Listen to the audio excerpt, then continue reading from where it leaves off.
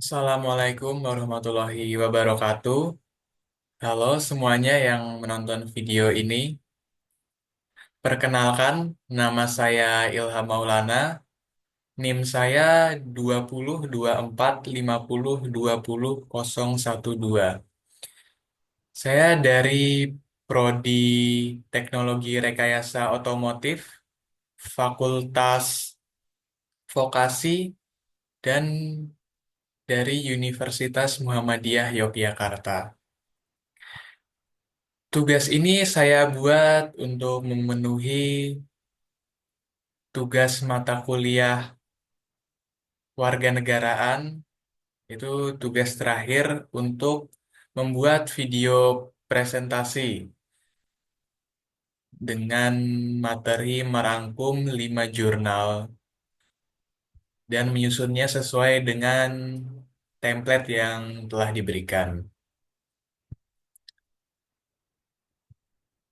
Langsung saja kita ke materinya.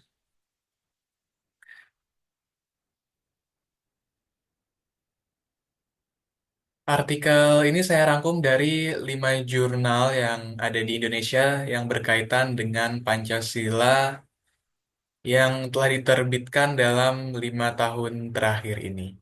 Oke, yang pertama pada abstrak, penelitian ini mengkaji pentingnya Pancasila sebagai ideologi dasar Indonesia dan relevansinya dalam menghadapi tantangan kontemporer, termasuk globalisasi, degradasi moral, dan pergeseran budaya.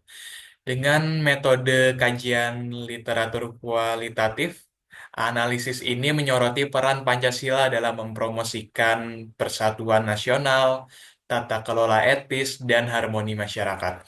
Hasil penelitian menekankan pentingnya revitalisasi pendidikan untuk menanamkan nilai-nilai Pancasila di kalangan generasi muda, memastikan dampak yang berkelanjutan dalam membentuk kerangka sosiopolitik Indonesia.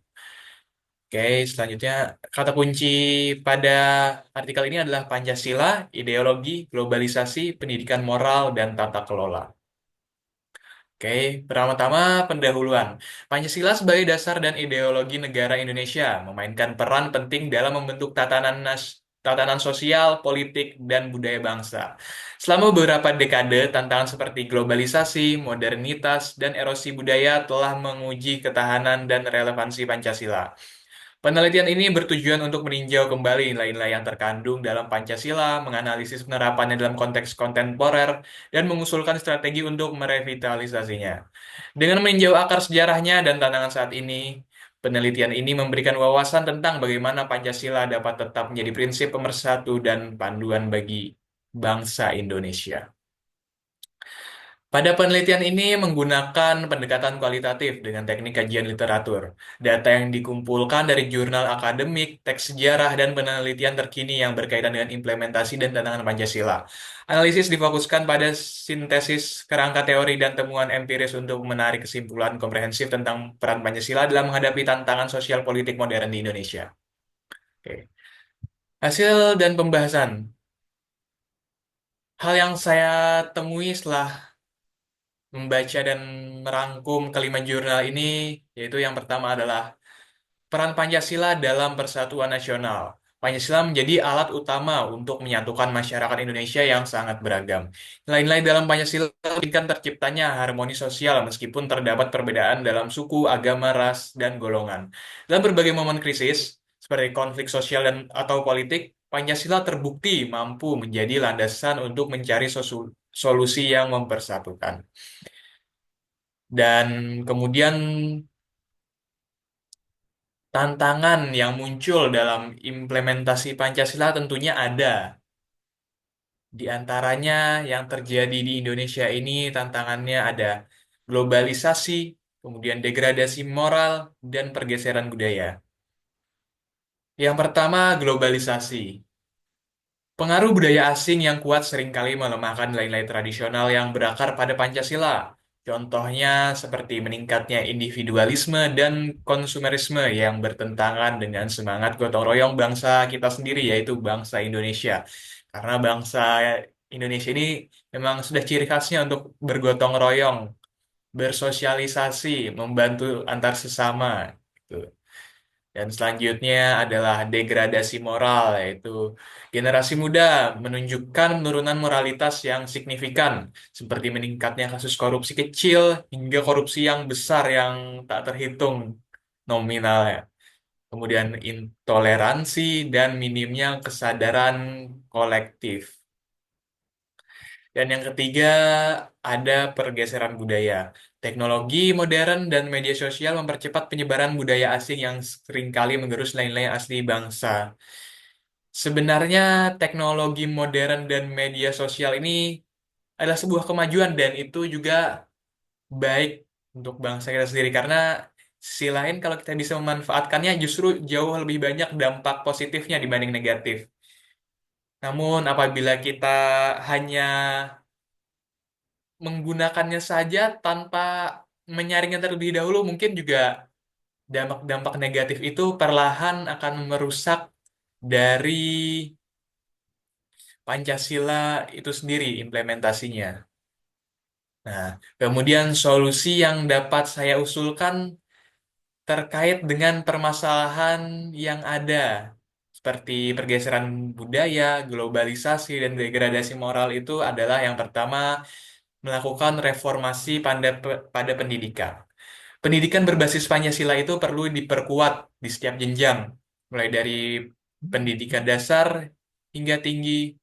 Kurikulum yang relevan harus mencakup pembelajaran tentang sejarah, filosofi, dan aplikasi praktis nilai-nilai Pancasila.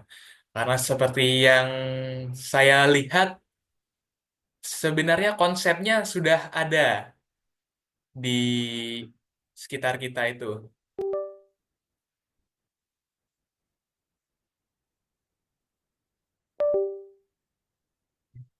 Sebenarnya konsepnya sudah ada, namun terkadang belum dijalankan sesuai dengan tata caranya begitu. Dan kemudian selanjutnya ada pada advokasi kebijakan. Sini pemerintah perlu mengintegrasi nilai-nilai Pancasila dalam setiap kebijakan publik. Hal ini mencakup pengelolaan tata ruang, pemberdayaan masyarakat, hingga reformasi hukum. Untuk saat ini, menurut saya masih hukum itu tumpul ke atas, runcing ke bawah ya. Jadi seolah-olah orang-orang yang berada di atas itu tidak takut akan hukum gitu karena mereka berpikir bahwa hukum itu bisa dibeli dengan adanya uang. Padahal itu seharusnya tidak benar ya. Hukum itu adalah keadilan. Dan yang ketiga adalah keterlibatan komunitas. Itu program berbasis komunitas seperti kegiatan gotong royong, diskusi publik, dan kampanye media perlu diadakan secara berkala untuk memperkuat pemahaman dan penghayatan Pancasila di masyarakat.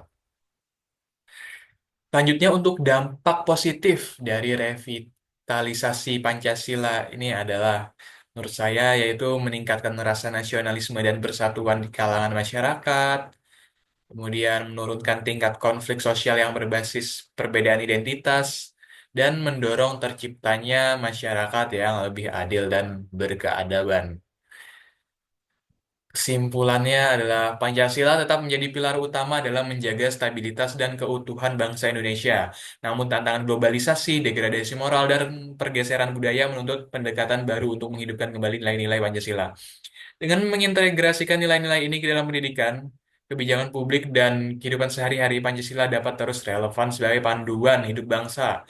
Upaya kolektif dari semua pihak, termasuk pemerintah, lembaga pendidikan, dan masyarakat, sangat penting untuk memastikan bahwa Pancasila tidak hanya menjadi slogan, tetapi juga dihayati dan diterapkan dalam setiap aspek kehidupan. Dengan demikian, Indonesia dapat mencapai masyarakat yang adil, makmur, dan harmonis yang dicita-citakan.